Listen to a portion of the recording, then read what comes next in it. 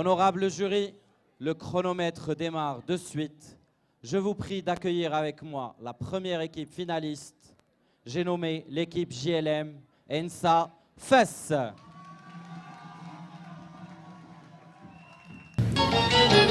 Spécial et accueillant, c'est Fès qui nous réunit. Charme hors du commun, ville qui célèbre chaque jour, être elle-même une histoire du Maroc.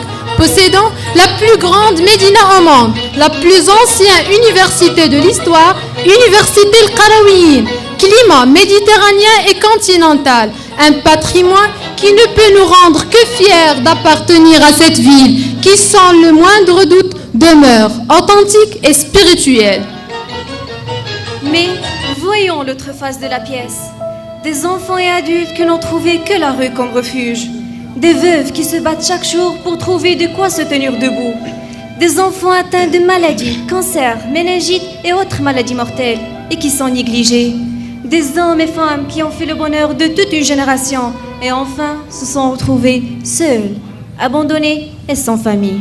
Et parce que nous cherchons des solutions au lieu de penser aux problèmes, nous avons décidé de prendre l'initiative en tant que jeunes leaders, des maîtres du changement, afin de concrétiser tout aspect palpable, de rêver, de mener des idées vers la réalisation. Et cela n'est qu'un premier pas vers le changement qui nous a guidés à travailler tout en respectant les critères donnant naissance à des projets pérennisés, qui sont le pilier primordial d'un développement durable, mais aussi en visant des actions avec un impact socio-économique. C'est avec cette devise que notre équipe a créé 6 projets touchant différents domaines pour subvenir aux besoins des gens en situation précaire. 6 projets pour étaler le bénéfice, dont 4 vous seront présentés sur le champ. Sagrina, une plante qui est signe de la joie, la fête et le bonheur, vu sa présence dans les baptêmes de la ville de Fès, ainsi que la majorité des villes marocaines comme sorte de rite. Pas très loin de Fès, une région isolée qui se trouve de 130 km, pleine de richesses naturelles, pleine de diverses plantes et du safran, qui prennent le même nom que la plante précitée Sagrina, mais cette fois-ci avec un aspect plutôt dysphorique, puisque les femmes de cette région peinent à trouver une source d'argent. Divorcées ou veuves, elles luttent pour se nourrir. Elles luttent pour nourrir leurs nombreux enfants dans un entourage, dans un espace où les opportunités de travail sont strictement rares ou plus ou moins inexistantes. Parmi elles, nous avons rencontré Khadija, une femme motivée et dévouée qui a fondé une coopérative afin d'extraire les huiles essentielles et faire des produits 100% naturels et bio afin de valoriser ses origines. Le travail de ces femmes, membres de la coopérative, n'est pas connu, n'a pas de marque, par la suite ne se vend pas. Le problème qui entrave leur avancement alors est la phase de la commercialisation des produits. Elles manquent de ressources pour boire. Pour satisfaire ce besoin vital, elles traversent 5 km par jour puisque l'eau est très nécessaire dans l'extraction des huiles essentielles ainsi que pour la plantation des herbes. Khadija reste désespérée face à ces problèmes, tout en essayant de trouver des solutions pour augmenter le revenu de la coopérative, élargir la zone de vente afin de recouvrir toute la région Fès-Meknès, mais les moyens restent limités, surtout en manque d'eau. Notre intervention était de mener cette coopérative vers le succès, tout en réalisant le projet Arom Sagrina qui consiste à créer une marque pour leurs produits et attirer d'éventuels clients. Le projet vise donc la commercialisation des produits pour augmenter le revenu de 30 femmes dont la situation bénéficiaire est grave et un revenu qui ne dépasse pas les 100 dirhams.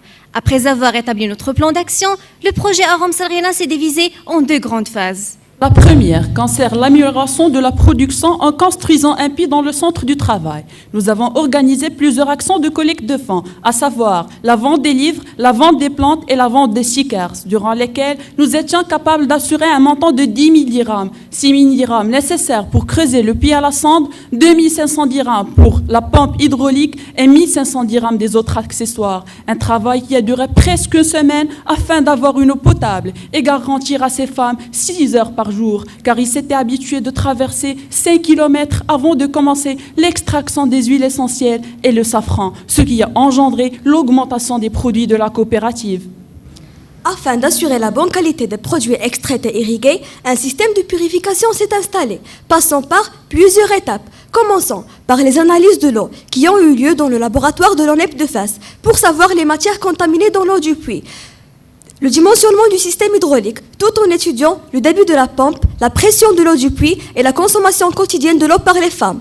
Et pour savoir les filtres adéquats, on a contacté la société Frédic du domaine qui nous a assuré les filtres. Station de filtration triplex 9, 3/4 pouces avec un prix de 1200 dirhams.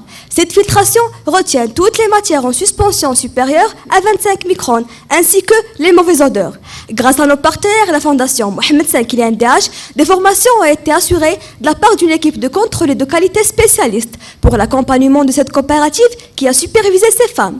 Une autre leur a formé pour assurer la bonne qualité des produits et augmenter la production. Ainsi, Khadija a représenté sa coopérative dans la formation Mubadara. Sous le thème de le statut de l'auto-entrepreneur. Cette sensibilisation pour que les femmes puissent avoir cet esprit qui garantira par la suite leur autonomie en collaboration avec Maroc PME et At-Tijari Wafa Bank. La deuxième consiste la commercialisation. Et pour aborder un marché riche de concurrence, de plus en plus acharné, profiter des réseaux sociaux était la première phase. Une page Facebook qui contient les photos des produits réalisés par la coopérative. Ainsi, grâce à plus de 350 fans, Arom Sagrina est devenu plus connu et plus célèbre. Évidemment, les produits se sont mis en valeur. De plus, un site web propre à la coopérative est en cours de réalisation. Toujours dans le cadre de la commercialisation, la vente est faite tout en consultant les parfumeries et les parapharmacies et aussi les grands magasins sur Fès et les environs. Un point de vente fixe, Ma'chabat al-Hikma, est mis à la disposition des femmes de la coopérative. Et après une négociation, nous avons mis le point sur plusieurs choses à savoir. La quantité de produits livrés chaque mois est de 50 produits pour chaque catégorie. Ainsi, le prix de vente est très bénéfique pour les femmes de la coopérative.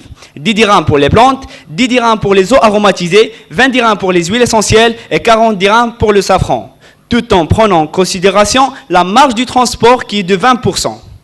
Nous avons profité de la journée Forum ENSAF Entreprise qui avait lieu le 23 mars au sein de l'ENSA de Fès pour faire une exposition de quelques produits de la coopérative, ce qui a généré un bénéfice de 700 dirhams en une journée seulement. Ainsi, des stands dans des écoles supérieures, à savoir HEM, la faculté de médecine, la FST et l'EST, ce qui a généré un bénéfice de 700 dirhams. Grâce au stand assuré par notre sponsor l'INDH, les femmes ont eu la chance de représenter leurs produits au niveau du SIAM, qui avait lieu à Meknes du 26 avril au 1er mai.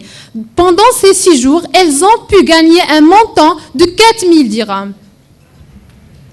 Le projet Arom Sagrina dans son ensemble a pu répondre à plusieurs critères. Au niveau social, 30 femmes potentiellement douées ont pu montrer leur créativité et leur talent, non seulement pour leur bien-être personnel, mais pour la société tout entière. Ces femmes qui sont désormais capables d'assurer un niveau de vie plaisant à elles-mêmes, ainsi que leurs familles, d'où les 210 bénéficiaires indirects. Au niveau économique, le revenu des femmes a été augmenté de 100 dirhams à 500 dirhams par mois. Et depuis notre intervention, l'estimation du gain annuel est de 180 000 dirhams par année. Les femmes sont plus aptes à financer leur famille, à répondre aux besoins de leurs nombreux enfants, ainsi qu'à payer le loyer et l'adhésion mensuelle à la coopérative. Au niveau pérennité, les femmes bénéficiaires sont désormais aptes à gérer et à entretenir leur coopérative plus que jamais, grâce aux formations qu'elles ont reçues, au partenariat de l'INDH et de la formation Mohamed V, ainsi que l'herberie Al-Hikma. Produits bio et l'environnement, 2 éléments entre lesquels il y a un fort attachement. Qui dit produits bio de bonne qualité, dit bonnes conditions environnementales. Imaginez un monde sans poubelle. Imaginez que l'on puisse recycler tout ce qui entre par nos portes. Avec une nouvelle génération d'approche zéro déchet, les villes sont en train de construire des systèmes dans lesquels tout ce que l'on achète est conçu pour être recyclé, composté ou démonté pour être réutilisé. Nous produisons une quantité énorme de déchets ménagères par jour. À l'échelle nationale, les Marocains produisent 18 000 tonnes de déchets ménagères par jour, dont 900 tonnes sur Fès. Cette ville consacre annuellement 130 millions de dirhams au secteur des déchets, pour la lutte contre la pollution et pour la protection de l'environnement. Notre équipe JLM NSAFES a réalisé le projet de 3Rs en partenariat avec le groupe Ozone Environnement et Services qui s'occupe des déchets et de poubelles de la ville de Fès ainsi que dans d'autres villes du Maroc. Notre mission a pour principal objectif la sensibilisation des citoyens afin de promouvoir le tri des ordures ménagères à la source pour ensuite entamer la phase de recyclage. Ce dernier est un enjeu important pour les futures générations qui devront tout de même surmonter plusieurs aléas. Les principes du développement durable préconisent l'application de la règle des 3 R, à savoir réduire, réutiliser et recycler. Notre première démarche était de contacter le groupe Ozone tout en expliquant l'idée de notre projet et leur convaincre de la nécessité du tri des déchets au niveau environnemental. Nous avons présenté la démarche que nous allons suivre par la suite. Le personnel de zone était plutôt compréhensif et prêt pour commencer une nouvelle stratégie du déchet pour assurer de bonnes conditions environnementales de la ville de Fès. Et finalement, nous avons signé le contrat du partenariat où nous nous sommes mis d'accord sur le plan du travail. Nous nous sommes d'abord assurés d'avoir des sacs biodégradables, et ceci pour réaliser un projet 100% environnemental, sachant qu'un sac en plastique peut prendre plus de 500 ans pour se dégrader. Le 27 janvier 2016, nous avons assuré 168 sacs biodégradables lors d'une sensibilisation qui a eu lieu à Quartier Badr en faveur des 52 familles. Une deuxième sensibilisation a eu lieu le 13 février 2016 en distribuant 256 sacs en faveur de 92 familles. Et pour procéder à la phase de recyclage, nous avons assuré des séances de formation visant ce thème au profit des 60 élèves de l'école El Marifa. Le recyclage des 100 kg triés après notre intervention a respecté le plan stratégique suivant. Pour le carton, en le plongeant dans un bac rempli d'eau, avec une hélice au fond qui tourne comme un mixeur. Ça forme une sorte de pâte qui va être utilisée ensuite pour construire les formes souhaitées. Pour le plastique, les bouteilles, les flacons et les bidons, d'abord en séparant le plastique opaque du plastique transparent. Puis, on enlève les étiquettes et les bouchons et on les réutilise par la suite pour décorer les formes précédemment construites. La journée de la Terre qui a eu lieu le 22 avril 2016, ces élèves ont pu exposer leurs produits qui représentaient un cocktail à la fois enfantin et environnemental, citant des monuments et des paysages qui montrent la beauté de notre pays que nous devrons préserver pour les générations futures. Parlons impact. Notre projet dans sa globalité a pu répondre à plusieurs critères. Au niveau social, 800 bénéficiaires directs sont devenus plus conscients du principe du tri et de recyclage dans 2 quartiers. Le tri à la source permet aussi d'éviter la pratique du chiffonnage dans la rue. Ozone va donc intégrer dans l'usine du tri 70 chiffonniers dans le cadre du partenariat de l'INDH avec la wilaya de Fès pour passer à la deuxième démarche qui est le recyclage. Mental. Le recyclage des 800 tonnes triées permet de préserver nos ressources ainsi qu'éviter les 2133 kg de CO2. Au niveau pérennité, notre projet va recouvrir toute la ville de Fès et par la suite élargir la zone au niveau national en partenariat avec Ozone. Parfois, le manque de ressources financières entrave notre chemin vers la réalisation de nos projets. Cependant, lorsqu'on réfléchit bien, on se rend compte qu'il suffit de faire marcher notre matière grise pour créer le changement souhaité. Le manque d'intégration des jeunes dans la vie sociale et entrepreneuriale causé par le système éducatif restreint engendre un manque des jeunes acteurs et innovants dans la société. Que s'inscrit le projet Junior Leader. L'idée est de donner un outil de réflexion aux étudiants visant l'entrepreneuriat social. L'objectif global est d'accroître l'esprit entrepreneurial des élèves lycéens de Fès, tout en les orientant vers le développement de l'esprit critique moyennant la recherche des solutions efficientes.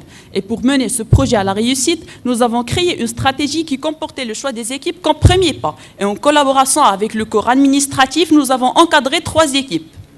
Une fois ces derniers créés, le choix des projets représente la primordiale étape dans cette stratégie. Par la suite, l'exposition des plans d'action. En conséquent, un accompagnement s'avérait nécessaire pour le bon déroulement du projet, à savoir un suivi à distance grâce aux réseaux sociaux, une formation assurée par le chef du projet sous thème de l'entrepreneuriat social, et finalement une compétition regroupant tous les équipes participants juniors après la réalisation de leur projet avec la présence d'un jury professionnel.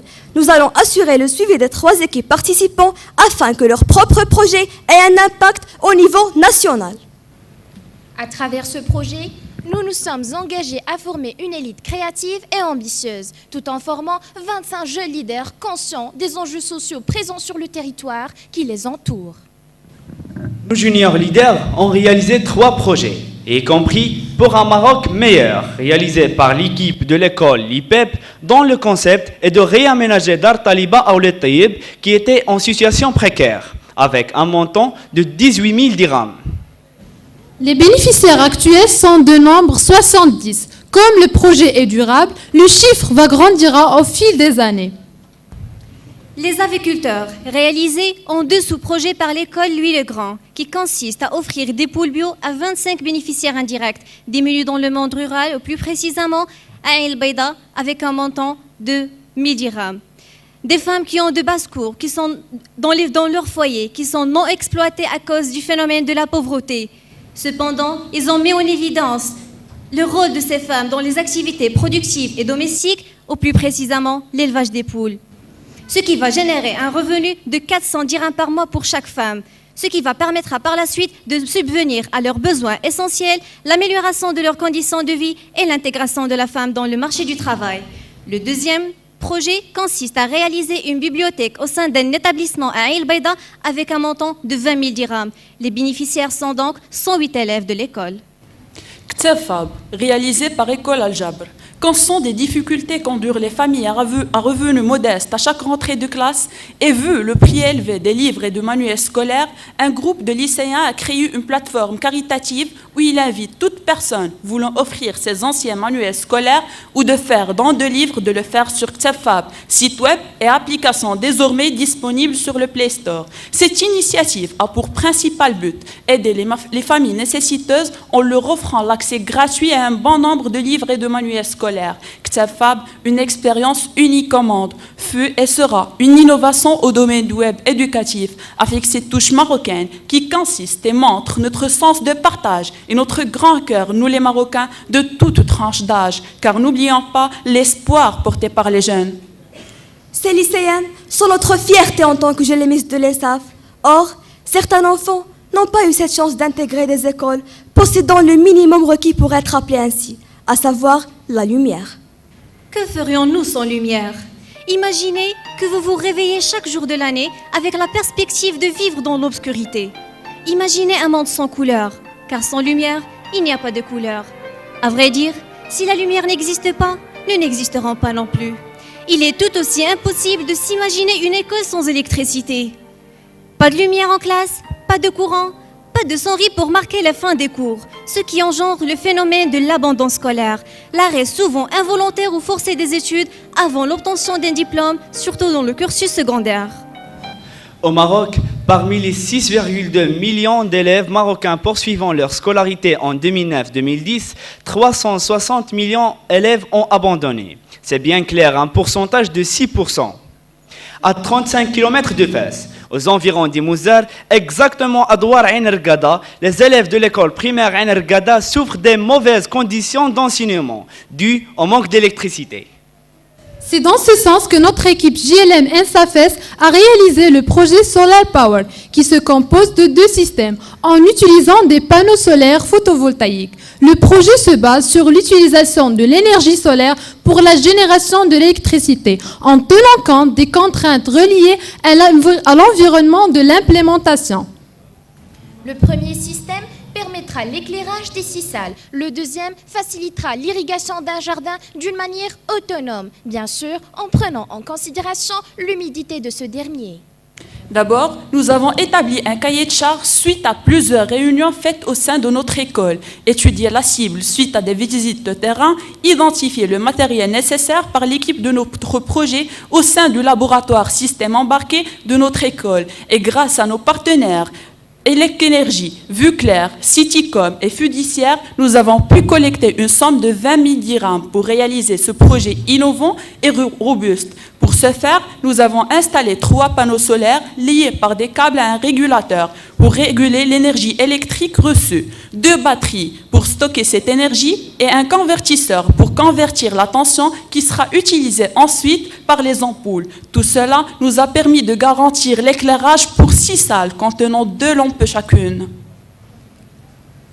Nous avons Nous avons fait l'extension du premier système pour faciliter la tâche d'irrigation du jardin et la rendre intelligente par une application via l'ordinateur du directeur de l'école.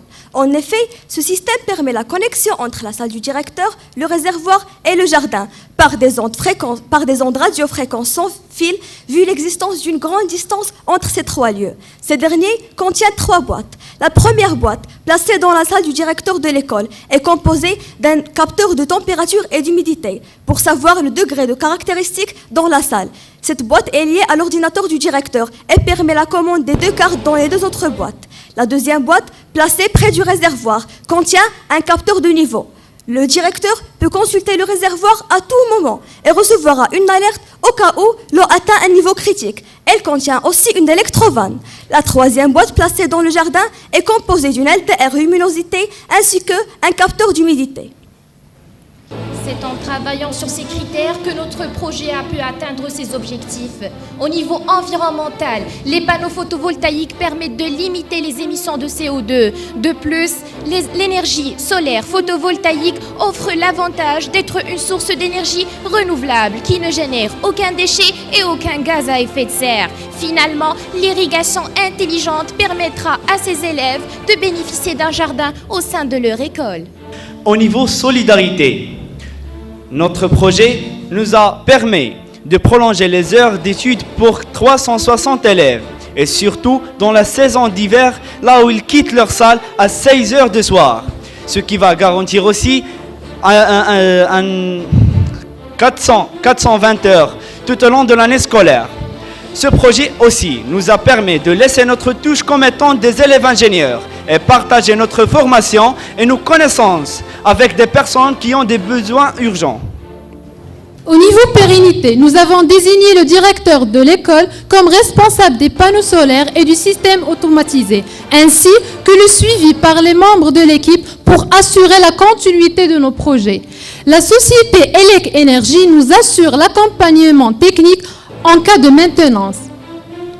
Grâce à notre volonté et à notre motivation, ainsi que le soutien de nos partenaires, notre mission est bien accomplie et le projet Solar Power a pu tracer le sourire sur les visages des petits innocents. La vision que nous sommes faite l'année dernière est finalement devenue une réalité grâce au partenariat de 3 ans signé avec la société Elec Énergie. Solidarité, environnement, éducation, des critères portant une énorme importance. Cependant, le secteur sanitaire demeure fondamental puisque la santé revêt une importance gigantesque pour tous les êtres humains dans le monde. Quelles que soient nos différences, la santé est notre bien le plus précieux. C'est pour cela que nous avons décidé d'organiser le 2 avril 2016 l'action Healthcare. Cette caravane venant pour répondre à ce besoin urgent. Le but primordial de cette action est d'effectuer la consultation médicale dans diverses spécialités, avec un montant de 15 000 dirhams pour la consultation générale, 70 000 dirhams pour la consultation des spécialistes, ainsi que distribuer un lot de médicaments qui vaut 75 000 dirhams. La population ciblée comprenait les femmes et les enfants. 500 patients étant consultés dans l'ensemble. Ces consultations se sont faites grâce à une caravane composée de 19 médecins. Évidemment, 40 radios se sont faites, plus que 40 échographies se sont réalisées, 100 tests VIH et 150 tests glycémie, sans oublier les 100 patients de dépistage du cancer, col et sein. En parallèle à notre action de soins, nous avons pris au point des ateliers de sensibilisation pédagogique tout en dialoguant avec les mamans afin qu'elles se relaxent et reprennent confiance en elles-mêmes. Pour pouvoir assurer les besoins, nous avons eu plusieurs partenaires qui nous ont aidés dans la réussite de notre caravane, à savoir les pharmacies et les parapharmacies de Fès et les environs, les délégations de la santé de Fès et Messour, ainsi que la Fondation Mohamed V de Solidarité, qui nous ont offert le transport ainsi que les matériaux pour consulter les patients. Juste une petite action et la chaîne ne s'arrêtera jamais. Grâce à la volonté et la solidarité, on a pu changer l'état sanitaire de 500 personnes. Ce que nous avons présenté aujourd'hui, ce n'est que le fruit d'une saison de travail acharné, d'amour, de respect et de sacrifice entre une famille soudée qui croit à ses rêves et a réalisé l'incroyable et l'impossible avec le peu de moyens qu'elle a. Une famille qui a affronté tous les défis et qui croit que dans chaque membre réside un héros qui va droit vers le changement. Le changement qui nous a guidés tous et toutes à réaliser 6 projets répondant aux exigences du développement durable. Entrepreneuriat, en favorisant l'autonomie du 30 femmes du village Sarghina, en augmentant le revenu de 100 dirhams à 500 dirhams par femme par mois, en optant pour la formation de 25 jeunes entrepreneurs et acteurs du changement. Solidarité, en organisant toute une chaîne d'action, venant tous à l'aide de plus de 2140 bénéficiaires. Des enfants surmontant leur maladie et des personnes âgées oubliant leur solitude afin d'apprécier ces moments de joie partagés avec les membres de notre famille. Environnement, en sensibilisant 800 des citoyens, en aménageant 142 km² des espaces verts et en évitant 2133 kg de CO2. Aussi, en recyclant 10 tonnes de déchets. Pérennité en rassemblant 13 partenaires qui assureront la continuité de nos projets et actions. Nous avons également pu améliorer la situation de 3 383 bénéficiaires directs et 14 383 bénéficiaires indirects avec un chiffre d'affaires de 363 900 dirhams en parcourant 2240 km et en travaillant 6554 heures. 40 membres actifs, un travail acharné, emmené à rendre nos objectifs réalisables. Nombreux sont les événements qui ont contribué à former cette famille aussi solidaire. Des stands dans plusieurs événements, le forum SAFES des entreprises, les compétitions culturelles et les conférences organisées par notre université. Sans oublier notre grand et chaleureux événement Junior Leader, qui était honoré par la présence d'un jury professionnel. Nous avons pu changer des vies en situation précaire. Nous avons pu changer l'état d'obscurité en lumière. Nous avons pu changer les démarches classiques vers de nouvelles stratégies innovantes. Nous avons pu changer les mentalités tout en sensibilisant la population. Je suis Hakima. Je suis Sarah. Je suis Selma. Je suis Yasmine. Je suis Kautar. Je suis Mehdi. Nous avons représenté le changement fait par 40 futurs ingénieurs leaders. Ce changement qui va nous guider vers un Maroc meilleur. Nous sommes fiers. Nous sommes les maîtres du changement.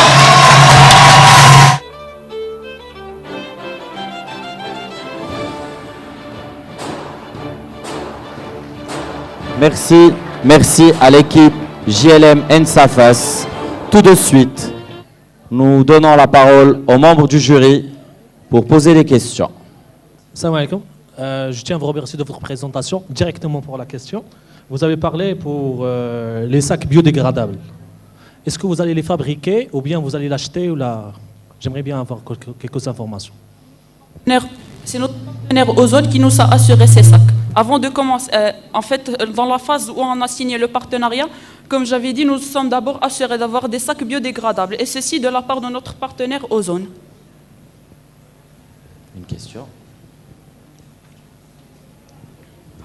Alors bonjour, merci pour votre présentation. Alors, pour le projet, le réaménagement de Dar Taliba. Alors, vous avez parlé de 18 000 dirhams comme budget de réaménagement. Je ne me rappelle pas avoir vu d'où est-ce que vous avez ramené les 18 000 dirhams. Les 18 000 dirhams avec lesquels vous avez réaménagé Dar Taliba, oui. Vous les avez eus comment? En fait, Dar Taliba était un projet fait par nos junior leaders. Le projet qu'on a fait, nous, c'était la compétition junior leader. Le projet pour un Maroc meilleur que son concept était le réaménagement de Dar Taliba était réalisé par des élèves de tronc commun de l'école l'IPEP.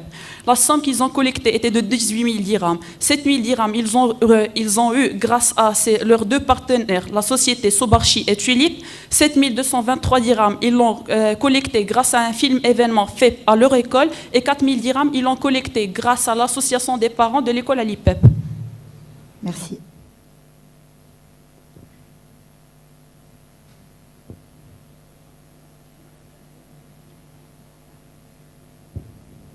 Une autre question? Membre du jury? Oui. Bonjour, félicitations. Vous dites que vous êtes désormais, que vous avez désormais des accords avec l'INDH et la Fondation Mohamed V. C'est depuis cette année ou cela fait plusieurs années qu'ils sont en fonctionnement, ces accords? Vous avez un accord avec l'INDH et la Fondation Mohamed V, depuis combien de temps? Début de l'année scolaire. D'accord. Et qui doit se prolonger sur les années suivantes ou pas? Oui. Non, oui. Merci. Bonjour et félicitations. Je voulais juste vous poser une question pour le projet Solar Power. Est-ce que vous avez contacté l'éducation nationale? Parce qu'il me semble que c'est quand même de leur responsabilité. Oui, effectivement, avant de commencer notre projet, nous avons contacté les délégations de l'éducation nationale et nous avons eu l'accord. Et par la suite, nous avons contacté les écoles privées et publiques sur Fès qui nous ont donné des équipes pour les encadrer.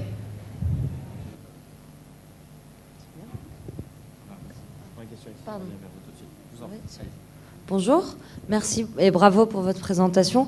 Une question par rapport à la démarche participative. Comment vous procédez dans vos projets? Est-ce que vous allez vous-même, vous pensez au projet avant d'aller voir les partenaires qui vont travailler avec vous? Ou est-ce que vous allez d'abord les voir pour répondre à un besoin? Juste peut-être pour illustrer ma question, sur le premier projet de Arome Sarghena, par exemple, qu'est-ce que vous avez mis en place comme démarche avec les femmes bénéficiaires? Donc, au début de notre saison, on s'est déplacé dans les régions ruraux pour chercher les besoins urgents de la population ciblée. Donc, on a rencontré Khadija, une femme qui a fondé une coopérative, mais elle a un problème pour la commercialisation de ses produits. Donc, la première démarche était de trouver des zones de vente pour leurs produits bio et naturels, mais par la suite, nous avons eu qu'il a un grand problème qui est le manque d'eau. Donc, c'était la démarche pour l'extruction ou bien creuser le puits au sein du centre de leurs travaux. Tout d'abord, nous avons contacté les partenaires et les sponsors sur Fès. Et par la suite, nous n'avons pas eu des avis favorables. Donc, comme étant des jeunes entrepreneurs, nous avons trouvé des sources pour financer notre projet. Par exemple, la vente des livres organisés dans plusieurs écoles privées, la vente des stickers, la vente des plantes dans des quartiers sur Fès pour financer notre projet.